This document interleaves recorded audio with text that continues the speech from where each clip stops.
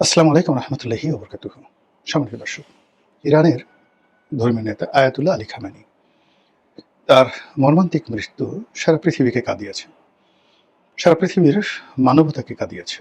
শুধু ইসলামপন্থী নয়, যে সকল মানুষ স্বাধীনতার স্বপ্ন দেখেন, যে সকল মানুষ একটি জাতিকে ঐক্যবদ্ধ রাখতে চান, যে সকল মানুষ লড়াই এবং সংগ্রাম করতে চান সাম্রাজ্যবাদী শক্তির বিরুদ্ধে, তাদের সকলের নিকট বিপ্লবের বিমূর্ত প্রতীক হিসাবে ইরানের সর্বোচ্চ ধর্মীয় নেতা আয়াতুল্লাহ আলী খামেনি যে একটা জায়গা করে নিয়েছিলেন, এই গত ১০০ বছরে জীবদ্দশায় কোনো মানুষ এই পর্যায়ে পৌঁছতে পারেননি।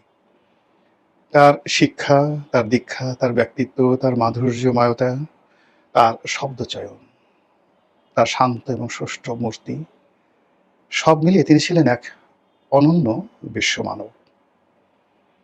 এই ইরান এবং ইসরায়েলের এই যুদ্ধ উপলক্ষে তিনি জাতির উদ্দেশ্যে ভাষণ দিয়েছিলেন। ভাষণের প্রতিটি শব্দ, প্রতিটি তাল, প্রতিটি লয় তিনি ফার্সি ভাষাতে দিয়েছিলেন, আর আমরা ইংরেজিতে শুনেছি।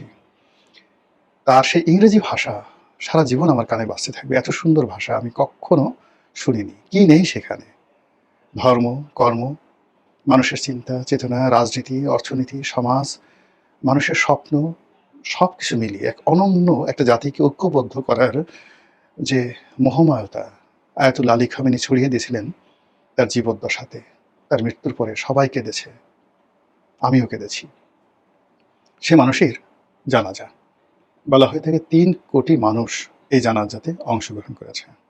যারা ধর্মকর্ম বিশ্বাস করেন তারা জানেন যে কিয়ামত সংগঠিত হবে, এবং কিয়ামতের যে ভূমি, এই ভূমিটিকে বলা হচ্ছে পারস্যের এই ভূমিতে কিয়ামত হবে। তো সেই কিয়ামতের একটা আলামত আমরা লক্ষ্য করলাম যে ৩ কোটি মানুষ কোন একটি জানাজাতে অংশগ্রহণ করেছে, লাইভলি, সরাসরি। আর গায়েবী সারা পৃথিবীতে কত মানুষ যে এটার সঙ্গে একাত্ম অনুভব করেছে, সেটা যদি ১০০ কোটি হয়, ২০০ কোটি হয়, ৩০০ কোটি হয়, মানে ৩০০ কোটি মুসলমান নেই, কিন্তু অন্য ধর্মের মানুষও এটা দেখেছে, একাত্মতা অনুভব করেছে এই জানাজাতে। এবং এই একটি জানাজা এবং একটি মৃত্যু পৃথিবীর কোর্স অফ অ্যাকশনকে পাল্টে দিয়েছে। পুরো আমেরিকাতে কম্পন শুরু হয়ে গেছে। সেখানে ডোনাল্ড ট্রাম্প নিজে বলেছেন যে আয়াতুল্লাহ আলী খামেনির যে জনপ্রিয়তা, তার সম্পর্কে ইরানের মানুষের যে শ্রদ্ধা, এটা তিনি ভাবতেই পারেননি, অনুভব করতে পারেননি। তো যেটি হলো যে আমেরিকার যে শ্লাঘা, আমেরিকার যে জিঘাংসা, আমেরিকার যে অহমিকা, আমেরিকার যে বোধ এবং বুদ্ধি, সব কিছুতে আয়াতুল্লাহ আলী খামেনি তার জীবন, তার মৃত্যু, তার জানাজা, সব কিছুর উপরে রীতিমতো প্রচণ্ডভাবে চাবুকের আঘাত দিয়েছে। আমেরিকা কখনো এই অপমান ভুলতে পারবে না। ভিয়েতনাম যুদ্ধে তাদের যে ঘটনা ঘটেছে, তারপর লিবিয়াতে, ইরাকে তারা যেভাবে অপমানিত হয়েছে, কিংবা ধরুন যেভাবে তারা লাঞ্ছিত এবং অপমানিত হয়েছেন আফগানিস্তানে, এই সবগুলো, মানে তাদের এই রাষ্ট্রটা সৃষ্টি হওয়ার পরে সবগুলো অপমান, সবগুলো অমর্যাদা, সবগুলো পরাজয় একত্র করলেও ইরানের কাছে তারা যে অপদস্থ হয়েছে, অপমানিত হয়েছে, তার ১% হবে না। ইরান প্রতিটি অহংকারী আমেরিকান, প্রতিটি যুদ্ধবাজ অহংকারী আমেরিকান, প্রতিটি দাঙ্গাবাজ আমেরিকান, সৈন্য থেকে শুরু করে রাজনীতিবিদ, সবার একেবারে মস্তিষ্কে যে প্রতিটি নিউরন, সেই নিউরনের মধ্যে পরাজয়ের বীজ বপন করে দিয়েছে। ফলে সময়ের তাগিদে আমেরিকা মেনে নিয়েছে, নেগোসিয়েশন করেছে, দেয়ালে পিঠ থেকে গেছে, কিন্তু তারা এই অপমান কোনোদিন ভুলবে না। এবং শেষ সময়টা পর্যন্ত তারা একেবারে পতনের সর্বশেষ পর্যায় পর্যন্ত, যেভাবে ট্রয়ের সঙ্গে ট্রয় নগরী ধ্বংস হয়েছিল, মানে যেভাবে ইলিয়াড এবং অডিসি মহাকাব্য রচিত হয়েছিল ইরানকে নিয়ে, ঠিক এরকম ইরানের মাটিতে মহাকাব্য রচিত হবে, সেই শাহনামার মতো নতুন মহাকাব্য রচিত হবে। এবং সেই মহাকাব্যে যেভাবে রুস্তুম একজন মহাবীর, এমনি এ যুগের সেই মহাকাব্যে আয়াতুল্লাহ আলী খামেনি নাম স্বর্ণাক্ষরে লিখিত থাকবে। আমাদের বাংলাদেশ থেকে অনায়াসে বহু মানুষ সশরীরে গিয়েছেন, আর বহু মানুষ দূর থেকে সমর্থন জানিয়েছেন এবং যাওয়ার ইরাদা বা ইয়াদ তাদের ছিল। আমাদের স্পিকার মহোদয় সেখানে গিয়েছেন, ইরানের স্পিকারের সঙ্গে তার সৌহার্দ্যপূর্ণ বৈঠক, চমৎকার হয়েছে। বাংলাদেশকে উদ্দেশ্য করে তারা কোরআনের একটি বিশেষ আয়াত তেলাওয়াত করেছেন, যে তেলাওয়াতে আমাদের জুলাই যে বিপ্লব, সেই জুলাই বিপ্লবকে, জুলাই আগস্ট বিপ্লবকে তারা সম্মান জানিয়েছেন। আমাদের সংসদের নেতৃবৃন্দ, জুলাই আগস্টের বিপ্লবী যারা আছেন, তাদের কেউ কেউ সেখানে গিয়েছেন। ইটস গুড, এটা ভালো। কিন্তু সমস্যাটা যেটা হলো, সেটা হলো ইরান এবং আমেরিকার যে যুদ্ধ, সেই যুদ্ধের সময় আমরা আমাদের দায়িত্ব পালন করতে পারিনি। আমরা বুক ফুলিয়ে ইরানকে সমর্থন দিতে পারিনি রাষ্ট্রীয়ভাবে, এবং আমরা আমেরিকাকে এবং ইসরায়েলকে ঘৃণা জানাতে পারিনি, জাতিগতভাবে পারিনি, দলগতভাবে পারিনি। এবং আমরা বিভিন্ন সময় হামাসের পক্ষে, ফিলিস্তিনের পক্ষে বিশাল মিছিল করি। কিন্তু যে হামাস ইরান তৈরি করেছে, যে ইসরায়েলের বিরুদ্ধে ইরান যুদ্ধ করেছে, যে গাজাকে টিকিয়ে রাখার জন্য একমাত্র মুসলিম রাষ্ট্র যারা তাদের শেষ রক্তবিন্দু দিয়ে তারা লড়াই করে যাচ্ছে, সে রাষ্ট্রটির উপর যখন আমেরিকা এবং ইসরায়েলের জুলুম চরম পর্যায়ে পৌঁছে গেল, আমরা শব্দ করতে পারিনি। আর এই কারণে ইরানের অভিমান ছিল, ইরানের কষ্ট ছিল। ফলে যখন সাময়িকভাবে হরমুজ প্রণালী খুলে দেওয়া হলো, বাংলাদেশের একটা জাহাজ ওখান দিয়ে পার হচ্ছিল, সেই জাহাজটিকে ইরান আটকে রাখে, অনেক দিন পর্যন্ত ইরান আটকে রাখে। পরবর্তীতে যে কোনো কারণে এটা ছেড়ে দেয়। এখন ইরান বিজয়ী হয়েছে, আমেরিকা পরাজিত হয়েছে, আর আমরা বাঙালি সবকিছু ভুলে এখন তেহরানের দিকে ধাবিত হচ্ছি। ইরানকে ভালোবাসার চেষ্টা করছি, আয়াতুল্লাহ আলী খামেনির জানাজাতে উপস্থিত হচ্ছি। যে মানুষ জীবিত অবস্থায় হাহাকার করেছে একটু সহানুভূতির জন্য, যে মানুষ জীবিত অবস্থায় প্রাণান্ত চেষ্টা করেছে এই পৃথিবীর দিকে তাকিয়ে একটা নিঃশ্বাস নেওয়ার চেষ্টা করেছে, কে তাকে সমর্থন করে? কোন রাষ্ট্র তার দিকে বন্ধুত্বের হাত বাড়ায়, গোপনে তাকে সহযোগিতা করে? আমরা করিনি।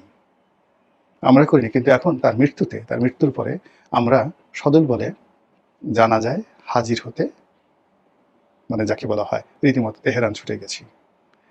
এটি আমরা যে দুর্বলের শক্তের ভক্ত নরমের জম, এটা এই প্রথম প্রমাণিত হলো, নাম্বার ওয়ান। আর এতে কি আলটিমেটলি আমাদের কোনো উপকার হবে? কোনো উপকার হবে না।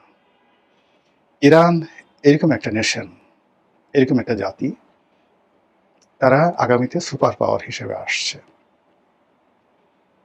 তাদের এই যে যুদ্ধবিধ্বস্ত দেশ, এই দেশটি পুনর্গঠন করার জন্য তারা আলটিমেটলি গোপনে এবং প্রকাশ্যে $300 বিলিয়ন, আমাদের টোটাল রিজার্ভ আছে এখন 37, তো তারা $300 বিলিয়ন ইতিমধ্যে আমেরিকা এবং তার মিত্রদের কাছ থেকে আদায় করার সকল ব্যবস্থা করে রেখেছে, এবং টাকা তাদেরকে দিতে হবে। এবং ইরানের যে সকল অর্থ বিভিন্ন দেশে আটকা আছে, সেই অর্থের একটা বিরাট অংশ তারা গোপন এবং প্রকাশ্যে ছাড় করে নিয়েছে। ফলে এখানে আমাদের শ্রমিকদের জন্য একটা বিরাট বাজার হতে পারত। কিন্তু আমরা তো আমেরিকা দালাল, আমরা তো আমেরিকার কাছে আমাদের দেহমন বিক্রি করে দিয়েছি। আমেরিকার কাছে আমাদের স্বাধীনতা, সার্বভৌমত্ব কোন পর্যায়ে আছে, সেই মার্কিন চুক্তির প্রতিটি ধারা বিশ্লেষণ করলে বোঝা যায়।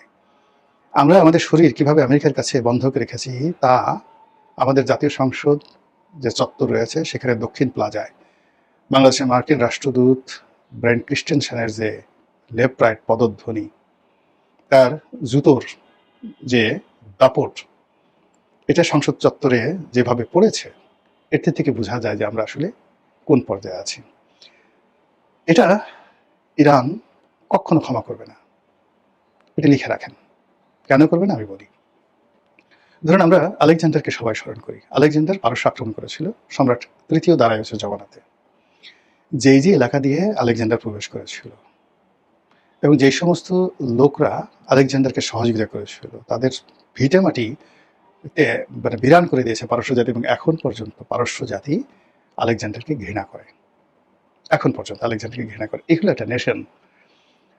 তাদের একজন সম্রাট, সে ইউরোপ আক্রমণ করেছিল এবং সে পারেনি, প্রথমবার পারেনি। তিনি ছিলেন সম্রাট দারায়ুস। তো সেই দারায়ুস যেটা পারেনি, এবং সেখানে ওই যে ম্যারাথনের যে যুদ্ধ, সেই যুদ্ধে পারস্য বাহিনী পরাজিত হয়েছিল। এটার প্রতিশোধ নেওয়ার জন্য দারায়ুসের ছেলে 1 কোটি লোক নিয়ে, এর মধ্যে 53 লাখ সোলজার, পুরো ইউরোপ তছনছ করে ছেড়ে দিয়েছিল সম্রাট জার্কশেস। এই হলো ইরান। তো কাজেই সেই ইরান হঠাৎ করে আমরা সেখানে গেলাম, কাউমাউ করে কান্নাকাটি করলাম, not like that. They will remember everything, they will remember. ফলে ইরানের এই যে নতুন অভ্যুদয় এবং সেখানে আমাদের যে অপরচুনিটি, এটি কতটা আসে আমি সন্দিহান। এক।